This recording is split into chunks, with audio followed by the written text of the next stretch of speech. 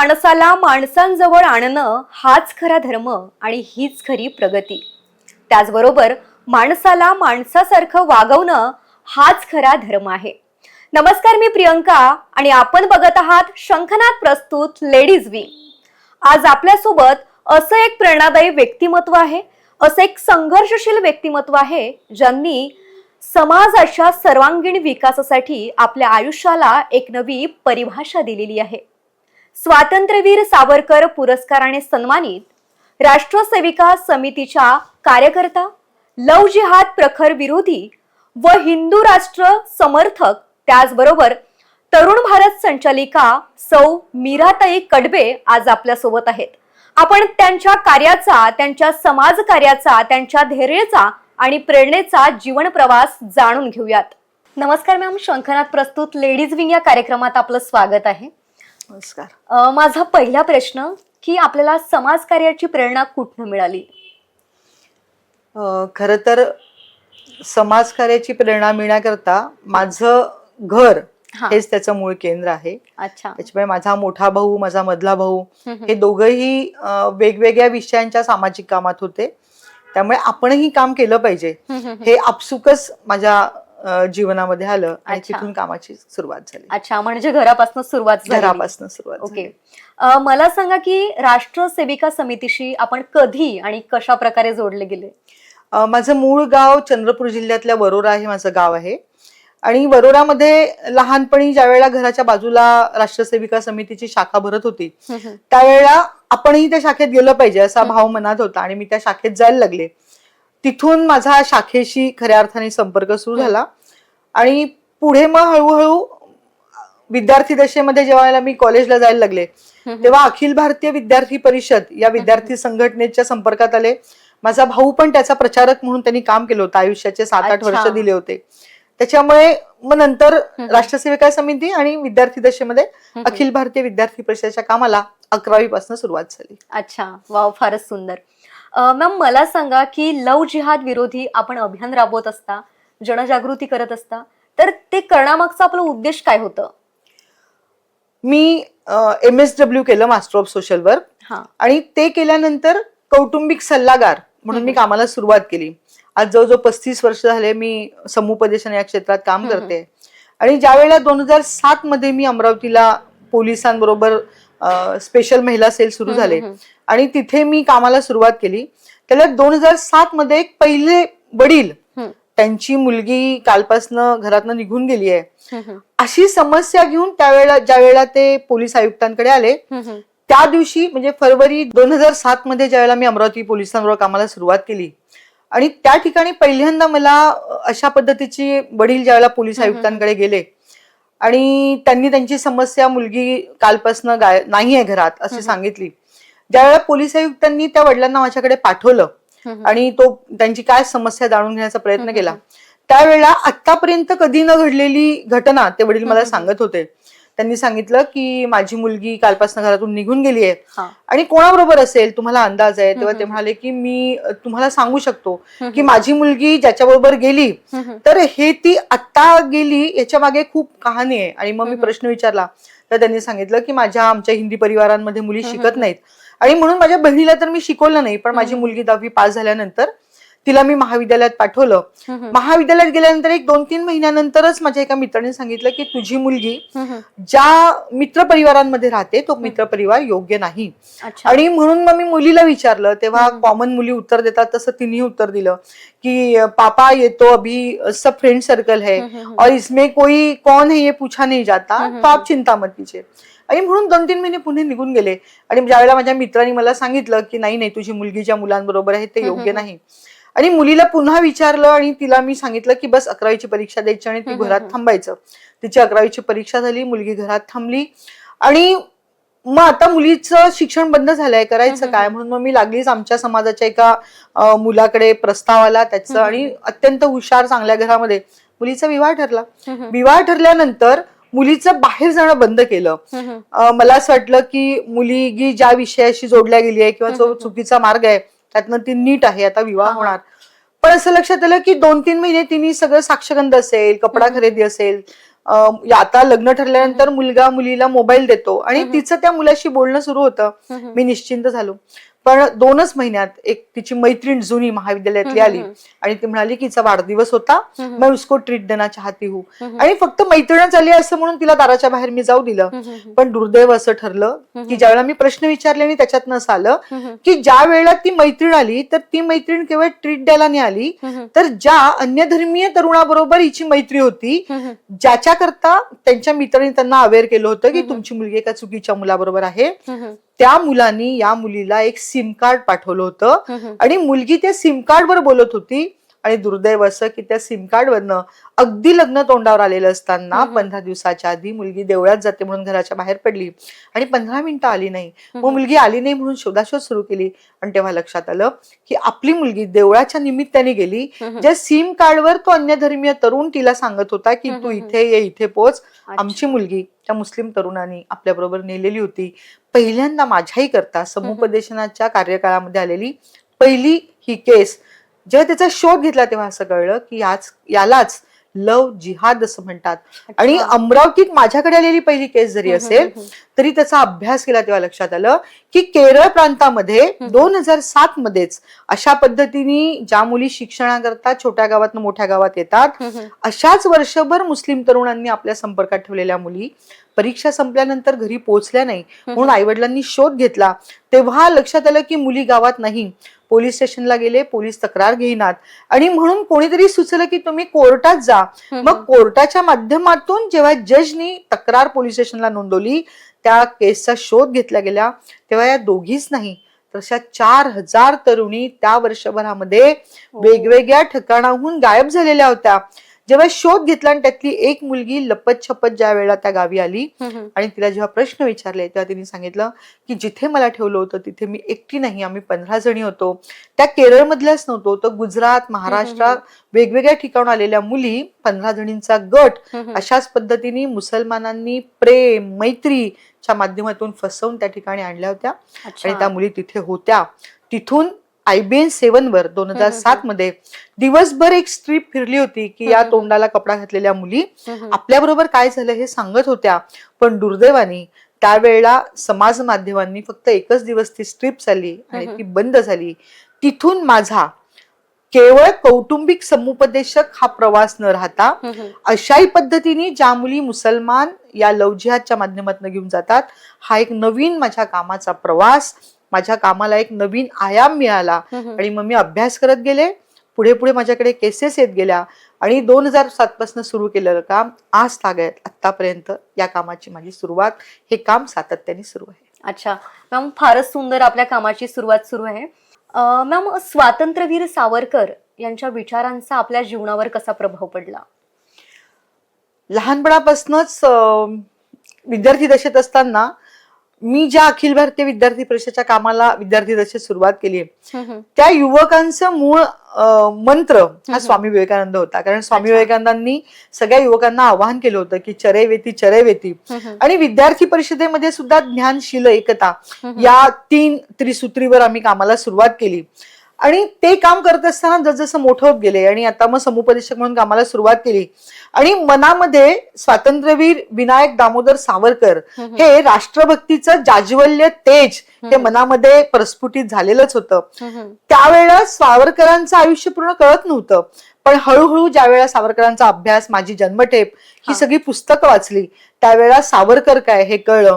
सावरकर कोण आहेत, सावरकरांचं आयुष्य त्यांनी कोणाला दिलं आणि सावरकरांचं जीवन हे केवळ आयुष्य नव्हतं भारत मातेच्या चरणी, तर की घेतले व्रत नाही आम्ही अंधतेने, असं सावरकरांनी आपल्या आयुष्याचं तेजोमय वलय जे निर्माण केलं होतं आणि संपूर्ण आयुष्य या भारत मातेच्या स्वातंत्र्याकरता, भारत मातेच्या यज्ञकुंडामध्ये आपल्या आयुष्याची समिधा समर्पित केली. केवळ आपल्याच आयुष्याची समिधा समर्पित केली नाही, तर आपल्यासारख्या अन्य तरुणांना सुद्धा राष्ट्रभक्तीचा भाव जागृत केला आणि त्या सगळ्यांच्या समर्पणातून भारत माता स्वतंत्र झाली. त्यामुळे विनायक दामोदर सावरकर हे हिंदुत्वनिष्ठ राष्ट्र तेज आहे हा मनात भाव माझ्या विद्यार्थी दशेपासून होता. आणि कदाचित त्यामुळेच एखादा तरुण हिंदू मुलगी ज्या वेळेला नेतो पळवून, त्यावेळेला मी पेटून उठलं पाहिजे हाही भाव जागृत होता. आणि तेच सावरकरांचे आशीर्वाद हे कायम आयुष्यामध्ये प्रेरणादायी ठरले. खरं तर स्वातंत्र्यवीर सावरकर यांचं जीवन जे होतं ते देशभक्तीने ओथंबलेलं होतं. मला सांगा की आपल्याला स्वातंत्र्यवीर सावरकर पुरस्काराने सन्मानित करण्यात आलेला आहे, तर ते पुरस्कार स्वीकारत असताना आपल्या मनामध्ये कोणते भाव होते, कोणते विचार सुरू होते त्यावेळेस? एकतर आपण जे काही काम करतो ते काम आपल्याला काही मिळेल अशा अविभावातून नसतं. त्याच्यामुळे 7 पासून हे काम सुरू केलं, हिंदुत्वाकरता काम करते, पण या कामाचं सुद्धा कुठेतरी मोजमाप होईल असं कधी वाटलं नाही. त्याच्यामुळे आपण या पुरस्काराकरता योग्य आहे की नाही असाही मनामध्ये भाव निर्माण आला. कारण स्वातंत्र्यवीर सावरकरांचा पुरस्कार हा एक मोठा पुरस्कार आहे. पण तरीही मनात असं आलं की या कामाची प्रेरणा कदाचित पुढेही आपण काम सुरू ठेवावं, म्हणून हा पुरस्कार निमित्त झालं. याच वर्षी नोव्हेंबरमध्ये आम्ही सगळ्या परिवारातले आम्ही अंदमानला गेलो आणि सावरकरांनी ज्या ठिकाणी राष्ट्रार्पण भावनेतून केलेल्या कामामुळे ज्यांना शारीरिक पीडा सहन कराव्या लागल्या, पण तरी त्या पीडेतनं सुद्धा सावरकरांनी एक जाज्वल्य जीवन, जाज्वल्य प्रेरणा समाजाला दिली. त्यामुळे हा पुरस्कार घेताना मनामध्ये तोच भाव होता. कारण या क्षेत्रात काम करताना मी कधीही मला भय वाटलं नाही. कारण सावरकर जर केकी घेतले व्रतन हे आम्ही अंधतेने करू शकतात, तर कदाचित हा सावरकरांचा आशीर्वाद येणाऱ्या काळात पण आपण त्याच व्रतस्थ होऊन हे काम केलं पाहिजे. तर आपण हा पुरस्कार आपण सावरकरांना समर्पित करूया आणि आयुष्यातलं संपूर्ण उरलेलं आयुष्य सावरकरांनी आपल्याला आशीर्वाद द्यावेत की मीही तशाच पद्धतीने समाजात ज्या मुली मुसलमान घेऊन जातो त्या घेऊन जाऊ नये, अशा घेऊन गेलेल्या मुलींना परत आणण्याचं काम, पुन्हा तिला हिंदू करण्याचं काम आणि एक समाजात स्त्रियांना समान संधी असं मिळावी हा भाव हा पुरस्कार घेताना माझ्या मनामध्ये होता. मी आताही रोज म्हणते पुरस्कार घेऊन आल्यानंतर की हा पुरस्कार ही मला प्रेरणा आहे. रोज माझ्या घरात मला सावरकर दिसतील आणि म्हणतील की मीरा आज काय काम केलंस, आज काय काम करायला हवं आणि थांबू नकोस, चरैवेती चरैवेती. वा, खूप सुंदर. खर तर स्वातंत्र्यवीर सावरकर जे आहेत ते आपल्याला फक्त पाठीवरती हात ठेवून फक्त लढ म्हणणार आहेत.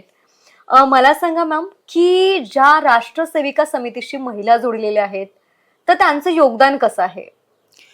मुळात राष्ट्रसेविका समिती 1936 मध्ये वर्धेला वंदनीय मावशी केळकरांनी सुरू केली. त्यावेळेला त्यांच्याही मनामध्ये विचार होता की जर स्वातंत्र्याकरता इतके तरुण आपलं राष्ट्राला जीव अर्पण करतात आहे तर महिलांचाही सहभाग असला पाहिजे. कारण समाजाच्या 2 जे पाय आहेत चालणारे त्यातला एक अंग हा स्त्री शक्तीचा आहे आणि स्वातंत्र्याच्या काळात स्त्री शक्तीने काम केलं पाहिजे. म्हणून वंदनीय मावशींनी पारतंत्र्याच्या काळामध्ये सुद्धा ज्या वेळेला स्त्रियांनी काम करावं अशी अनुकूल परिस्थिती नव्हती, पण तरीही वंदनीय मावशी केळकरांनी राष्ट्रसेविका समितीची कामाला सुरुवात केली. आणि आतापर्यंत जो राष्ट्रसेविका समितीचा प्रवास आहे या प्रवासामध्ये समाजातल्या स्त्रीनी, मातृशक्तीने सुद्धा समाजाच्या उभारणीमध्ये आपलाही सहभाग दिला पाहिजे. आणि म्हणून राष्ट्रसेविका समितीचे मातृत्व, कर्तृत्व, नेतृत्व या 3 गुणांच्या आधारावर, या 3 आदर्शांवर राष्ट्रसेविका समिती काम करते. त्यातलं एक जिजामातीने ज्याप्रमाणे शिवाजी घडवला त्याप्रमाणे प्रत्येक स्त्री मातृभावनेतून आपल्याही घरातनं जिजामाता शिवाजी घडवू शकते. ज्या पद्धतीने झाशीच्या राणीनी खूप लढी मर्दानी वो तो झाशीवाली राणी, ती आपल्याला माहितीये की आपलं शरीर सुद्धा परकीयांचा स्पर्श होऊ नये म्हणून एका धर्माच्या त्या ठिकाणी असलेल्या ऋषींच्या याच्यात नेते आणि सांगते की माझ्या शरीराला परकीयांनी स्पर्श करू नये. तो भाव, ते नेतृत्व आपल्या सगळ्या तरुणींमध्ये निर्माण व्हावं. ज्या अहिल्याबाई होळकरांची हे वर्ष त्रिशताब्दी जन्मशताब्दी वर्ष आहे, ज्या अहिल्याबाईंनी समाजाला कर्तृत्व संपन्न जीवन दिलं, ज्या अहिल्याबाईंनी केवळ राज्यापुरत्या जीवन जगल्या नाहीत तर राष्ट्र समर्पित राष्ट्राच्याहून जीवन जगल्या, अशा 3 आदर्शांच्या आधारावर राष्ट्रसेविका समिती काम करते. राष्ट्रसेविका समिती केवळ भारतातच नाही तर देशातल्या अन्य राष्ट्रांमध्ये सुद्धा राष्ट्रसेविका समितीचं काम चालतं. अनेक तरुणी राष्ट्रसेविका समितीच्या पूर्णकालीन म्हणूनही काम करतात की आपलं संपूर्ण आयुष्य राष्ट्रसेविका समितीच्या कामाला देतात. देशभरामध्ये अनेक शाखांच्या माध्यमातून तळागाळातल्या स्त्रियांपर्यंत पोहोचणं, त्या स्त्रियांना समाजाच्या प्रवाहात, राष्ट्राच्या प्रवाहात आणणं हेच राष्ट्रसेविका समितीच्या कामाची वाटचाल आहे. आणि राष्ट्र सेविका समिती वेगवेगळ्या आयामांच्या माध्यमातून हे काम सातत्याने देशाकरता करते आहे. ओके मॅम, मला सांगा की आतापर्यंत आपण कोणकोणती सामाजिक उपक्रम घेतलेली आहेत, जनजागृतीचे कार्यक्रम केलेले आहेत आणि त्या आव्हानांना आपल्याला कसं सामोरं जावं लागलं? मुळात मी 2007 मध्ये ओलावा महिला बहुउद्देशीय सेवा संस्था ही अमरावतीला रजिस्टर्ड केली. ही रजिस्टर्ड करण्यामागचा उद्देश असाच होता की आपण वेगवेगळ्या शासकीय योजना ज्या आहेत, म्हणजे जे वेगवेगळे शासकीय प्रकल्प चालतात, मुलींसाठी वसतिगृह चालतात, या सगळ्या ठिकाणी जाऊन आपल्याला काम करता यायला व एक स्टॅम्प मिळायला हवा. आणि या कामाची सुरुवात केली तर सुरुवातीला केवळ समुपदेशन म्हणजे परिवाराला समुपदेशन असंच काम होतं. पण माझ्या समुपदेशन कार्याच्या 35 वर्षाच्या काळामध्ये 20 वर्षांपूर्वी केवळ कौटुंबिक समस्या घेऊन परिवार माझ्याकडे येत होते. त्याच्यानंतर परिवारांच्या समस्यांचं स्वरूप बदललं, त्याच्यामध्ये हुंड्याचं स्वरूप आलं, विवाहबाह्य संबंध आले आणि आत्ता 15 वर्षांपूर्वीपासून तर कोणीतरी आई वडील, तज्ज्ञ आई वडील आपल्या मुलीला माझ्याकडे घेऊन येतात आणि म्हणायचे की माझ्या मुलीला कोणीतरी फसवलं. हा जो समाजातल्या स्त्रियांच्या समस्यांचा प्रवास हा जो परिवर्तित होत गेला, म्हणजे आम्ही 21व्या शतकाकडे जात असताना एकीकडे शासन व्यवस्था स्त्रियांना कायदा, आरोग्य, शिक्षण याच्या माध्यमातून सुरक्षित करण्याचा प्रयत्न करते, पण केवळ एवढं करून चालणार नाही. तर या प्रवासातनं 21व्या शतकातल्या मुलीला जर कोणी फसवत असेल तर चुकीचं आहे. आणि जसं माझ्या लक्षात आलं की समस्यांचं स्वरूप बदललं, तसं केवळ वैवाहिक समस्यांवर काम करायचं हे तर माझं काम होतंच, पण त्याचबरोबर विद्यार्थिनी म्हणून मुलगी ज्या वेळेला घडत जाते शालेय काळामध्ये, तर विद्यार्थिनींच्या काळामध्ये एक स्त्री होण्याच्या मार्गामध्ये विवाहपूर्वच तिच्याशी आपण संवाद साधावा, येणाऱ्या आव्हानांची तिला जाण द्यावी आणि एक स्त्री म्हणून जीवन जगताना तिला काय काय आव्हानं येतील याचं काम करावं. आणि म्हणून चारित्र्याच्या आधारावर, मर्यादेच्या आधारावर, 2 सत्य घटनांच्या आधारावर मी आणि माझी ओळख अशा नावाची कार्यशाळा सुरू केली, ज्याच्या अंतर्गत आपण शालेय स्तरावर, महाविद्यालयीन स्तरावर विद्यार्थिनींशी आतापर्यंत 15 ते 20 हजार विद्यार्थिनींशी वेगवेगळ्या ठिकाणी संवाद साधला. या संवादामुळे 100 मुली ऐकत असतील तर त्यातल्या 5 मुलींना जरी कळलं की माझ्या आयुष्याचा मार्ग हा कुठल्या मर्यादेमध्ये मी घेतला तर पंखांमध्ये बळ येईल, तरीही ते माझं नक्कीच यश असणार आहे. मी आणि माझी ओळख कार्यशाळा घेतो. आपण सेवावस्थींमध्ये जाऊन महिलांचे काय अधिकार आहेत, त्यांना कायद्याची काय योजना आहे, त्या योजनांची माहिती देतो. आपण भगिनी निवेदिता ज्या स्वामी विवेकानंदांबरोबर भारतामध्ये आल्या, त्या भगिनी निवेदितांच्या जन्मशताब्दी वर्षामध्ये आपण भगिनी निवेदिता शैक्षणिक पालकत्व योजना ही राबवली. आपलं असं म्हणणं आहे की गरीब घरामध्ये सुद्धा निवेदिता जन्माला येते आणि केवळ आर्थिक अस्वस्थता आहे, आर्थिक पुरेस नाही म्हणून तिच्या आयुष्याचं स्वप्न ती पूर्ण करू शकत नाही. त्या आधारावर आपण समाजातल्या पालकांना आवाहन केलं आणि त्यांनी मुलीची फी भरायची आणि विद्यार्थिनींनी शिकवणी वर्गाला द्यायचं आणि ती संधी मिळवायची आणि स्वाभिमानाने शिकायचं. अशा आतापर्यंत कितीतरी विद्यार्थिनी आपण या योजनेच्या माध्यमातून समाजामध्ये निर्माण केल्या, शाळांमध्ये संपर्क केलं. त्या योजनेचं यश असं आहे की ज्या मुलींनी 10वी त्या योजनेचा फायदा घेतल्या, ज्या आता BBA MBA झाल्या, त्या मला येऊन म्हणाल्या की ताई, तुमच्या योजनेमुळे माझ्यासारख्या गरीब मुलीला संधी मिळाली.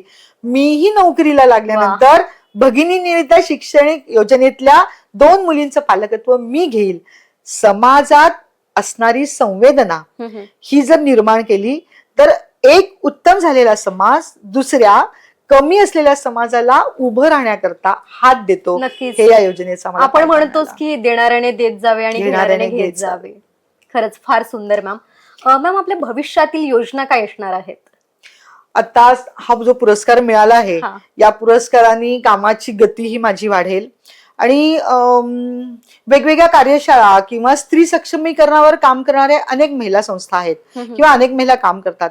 माझ्याकरता माणूस निर्माण करणं, माणूस उभा करणं, परिवार निर्माण करणं, कुटुंब प्रबोधनाच्या माध्यमातून परिवारांचा आपल्या मुलांना घडवताना काय मेन उद्देश असला पाहिजे.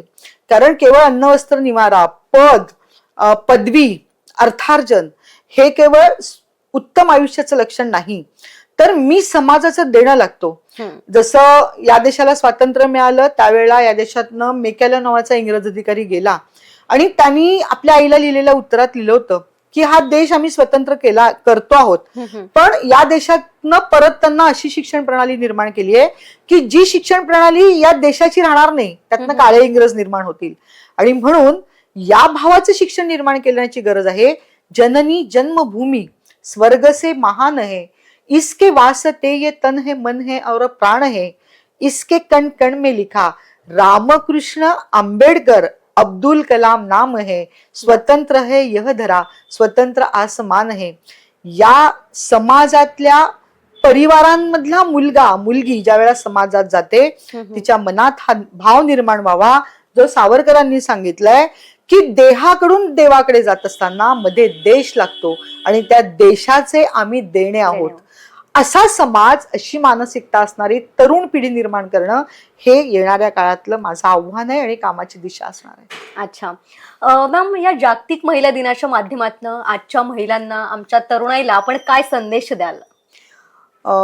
मुळात आमचे आदर्श मोठे आहेत. अष्टभुजा असणाऱ्या अष्टभुजेनी समाजातल्या चुकीच्या विकृततेचं निर्दालन केलंय. आज 21व्या शतकात आम्ही जात आहोत, पण समाजातल्या प्रत्येक स्त्रीमध्ये, मातृशक्तीमध्ये अगम्य अशी शक्ती आहे.